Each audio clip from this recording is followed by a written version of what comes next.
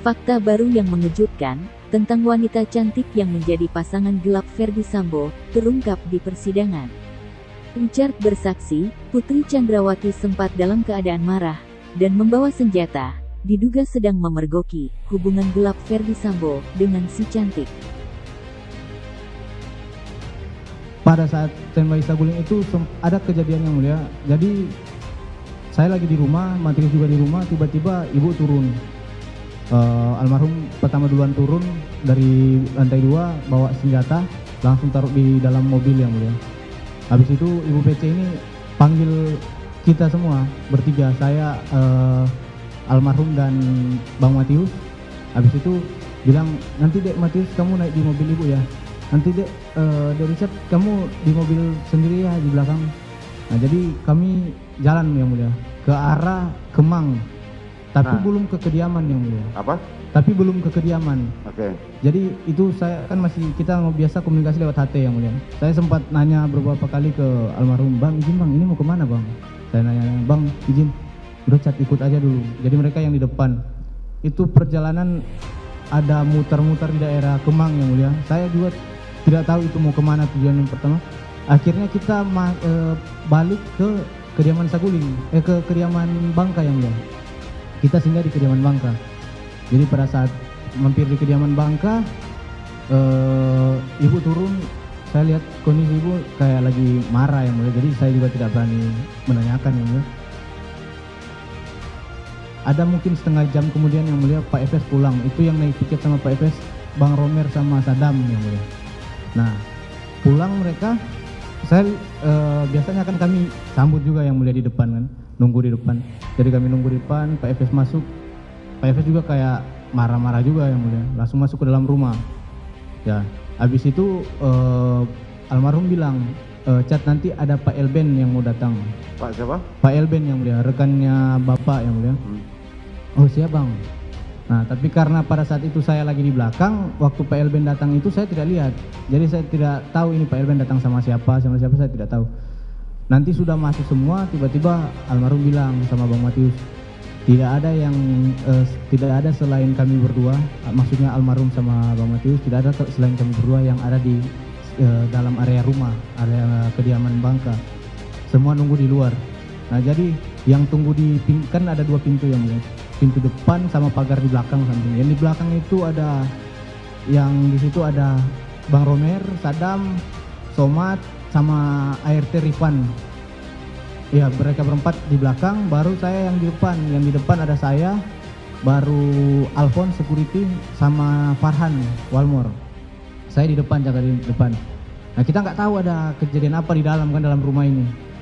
Nanti mungkin sudah sekitar agak 1-2 jam mungkin yang mulia, baru tiba-tiba ada orang mau keluar dari dalam rumah. Kan pagar kami tutup, jadi dia nggak ketok dari dalam rumah, dari pagar dari dalam kan. Alphonse bilang, saya bilang Apon Pong ada orang mau keluar itu.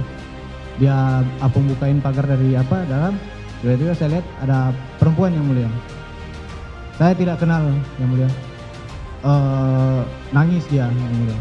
Perempuan itu nangis, baru saya ini siapa kan, karena saya memang tidak ada waktu dia datang. Baru saya lihat ke arah dalam ada Ko Elben juga duduk di depan rumah. Baru habis itu perempuan itu bilang mau cari ini drivernya dia kan, cari mobil di mana. Saya lari ke samping, saya panggil drivernya yang bawa mobil Pajero hitam kalau salah yang mulia. Baru drivernya datang pakai mobil, perempuan itu naik langsung pulang. Nah dari situ yang mulia, semenjak kejadian itu Pak Efes ini sudah lebih sering di Saguling yang mulia. Akhirnya kan semua yang kami sampaikan kan terbukti ya. Jadi bukan asal sembarangan. Terbuktinya gimana? Ya terkonfirmasi bahwa memang ada orang ketiga. Sekarang ada perempuan ya. Kalau dalam konstruksi peristiwa ini dia lagi tertangkap tangan gitu ya. Ngapain sih kok perempuan bukan muhrim ya, bukan istri orang, ada di dalam rumah seseorang gitu ya. Dan datang nih istrinya nih, istri orang tersebut yang pemilik rumah, dengan marah-marah membawa instrumen ajudan kekuasaan ya, dan mengatakan bawa itu senapan laras panjang, udah kayak mau nyerbu penjahat gitu kan. Nah yang menarik adalah perempuan ini menangis. Ini sama seperti peristiwa yang sering kita baca di koran-koran ketika apa namanya istilahnya kalau pelakor ya ketangkap tangan, dia akan menangis itu keluar. Nah yang menariknya, mau tahu nggak Mbak Dwi ciri-cirinya wanita itu seperti apa? Ya. Yang Anda ketahui nih ya? Yang kita ketahui nih, ini pasti ini A1 nih. Oke. Rambutnya pendek. Wah, rambutnya pendek nih, jangan. Bukan. Kulitnya manis-manis sama matang tapi agak-agak coklat lah gitu. Oke. Nah ini profilnya kok mirip sekali gitu dengan si cantik-cantik yang sering dibahas oleh rekan saya. Brigadir J ini kan telah mengalami ancaman pembunuhan berkali-kali, yaitu tanggal 19 dan tanggal 21 Juni 2022. Itu hampir bersamaan waktunya dengan peristiwa si cantik-cantik itu kan. Ya. Yang saya bilang dulu, ada anggapan mereka dalam arti FS dan kawan-kawan bahwa almarhum adalah informannya. Informan dari PC. Dari Bu Putri ya. Seolah-olah almarhumlah yang memberitahu kepada Putri siapa saja perempuan yang menjadi pasangan gelap daripada FS. Oke.